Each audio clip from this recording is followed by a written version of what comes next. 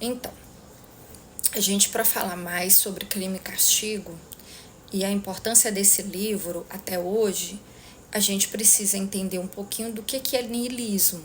Niilismo é uma corrente filosófica que surgiu no século XIX, tem como base o questionamento da moral da religião judaico-cristã.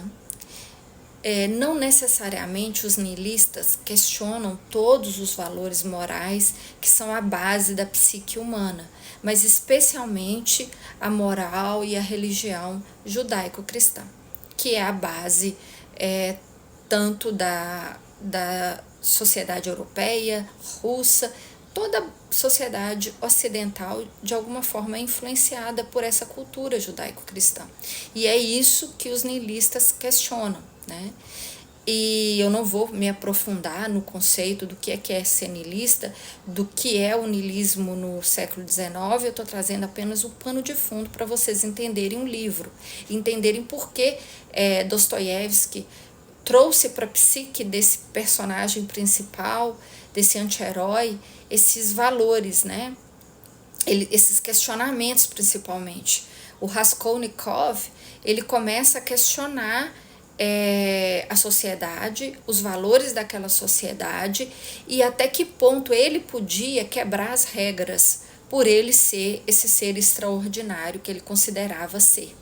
E como tantos outros que haviam quebrado regras e impunemente viveram suas vidas e são considerados até hoje pessoas importantes na história, a gente vê grandes atrocidades que foram praticadas por Alexandre o Grande, por Napoleão Bonaparte e tantos outros personagens, e eles são considerados até hoje pessoas importantes que impactaram de certa maneira positivamente o mundo, de certa maneira. Preste atenção no que eu estou dizendo.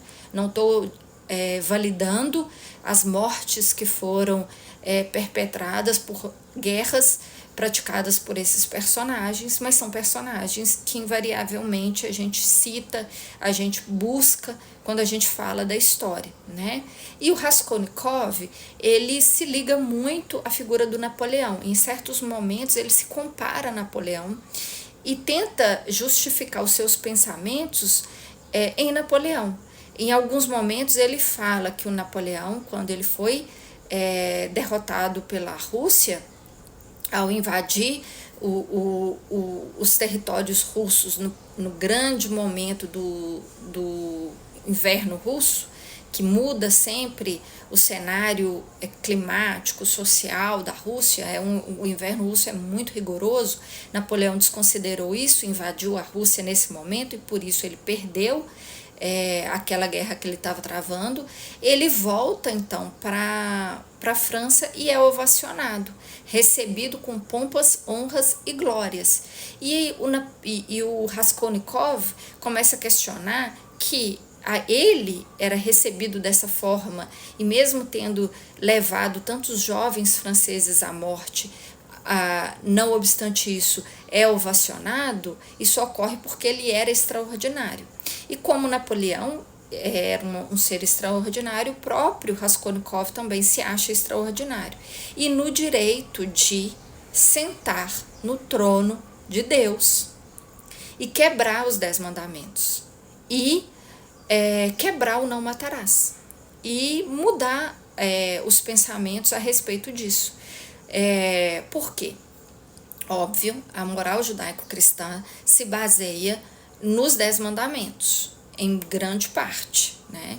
E lá está escrito não matarás. Só que Raskolnikov, ele entende que isso não se aplica a ele, que ele, como Napoleão, como todos os outros personagens históricos, eles podiam matar o não matarás. E o Raskolnikov começa a estudar um caminho de matar uma pessoa e ele escolhe uma mulher que era uma usurária e que tinha penhores, né? Ela trabalhava com penhores de peças de pessoas pobres, né? As pessoas iam lá e penhoravam algum item que não era grande, né? Não era itens tão valiosos, mas tinham um certo valor, e essa mulher cobrava juros sobre isso, ela vivia da usura, ela vivia dos juros, e o Raskolnikov tinha uma grande aversão a ela. Por quê? Porque ele mesmo tinha que se valer desses serviços dela para continuar sobrevivendo a vida miserável que ele vivia, e isso o deixava revoltado, que ele tinha que utilizar dos serviços de uma mulher tão abjeta para sobreviver, sendo ele tão extraordinário.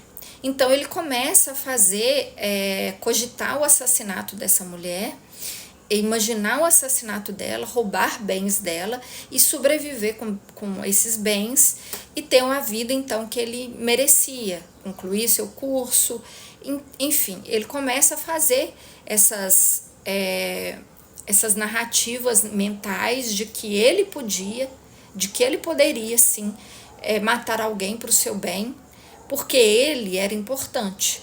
E aquela mulher era um simples piolho, era um ser humano abjeto, um ser humano que não fazia falta para a humanidade. Inclusive, ele extirpar aquela vida era um favor que ele fazia para a humanidade. Então, ele começa a fazer essas análises e essa narrativa psicológica maluca, e ele vai para consumir esse crime, para consumar o crime, praticar o crime, acreditando de fato que ele podia, porque ele era, tal qual Napoleão, um ser extraordinário, e que com o casco do seu cavalo imaginário ele podia pisar em seres ordinários, como essa mulher, e como Napoleão fez, utilizando jovens como bucha de canhão na sua guerra, e passando por isso impunemente na mente dessa pessoa que não estava bem, né? E a gente observa isso ao longo da história, da narrativa da história, mas é aí que é o cerne da questão. A gente entende que é errado o que o Raskolnikov fez, mas de uma certa forma a gente também detesta a mulher, a usurária. A gente também acha ela execrável. O leitor entende, entre aspas, o porquê do Raskolnikov detestar aquela mulher, porque ela era detestável, né? E aí a gente sabe que o fato de alguém ser detestável não nos dá o direito de matar ninguém, né? Há um limite moral para as nossas práticas, para os nossos pensamentos. Só que Raskolnikov, ele ultrapassa esse limite. E aí que está o pensamento niilista, que era vivenciado naquele tempo e que o Dostoiévski utiliza para criar esse personagem e atribuir a ele tantos pensamentos, tantas nuances, e ser um personagem multifacetado que nos fascina, nos enoja. É incrível, é uma leitura assim, que é uma leitura longa, porque o livro é grande, mas é rápida, porque a gente entra mesmo na história e começa a se pôr naquele lugar e questionar o que se está certo, se está errado, embora a gente saiba que está errado, a gente saiba que é um crime e que não tem desculpas para crimes, especialmente para um assassinato. E ao mesmo tempo a gente tem piedade do personagem. Isso é uma doideira, e só lendo mesmo que a gente consegue vivenciar a história. E aí eu vou trazer uma frase de Stalin, que ele diz o seguinte, vou falar no próximo vídeo.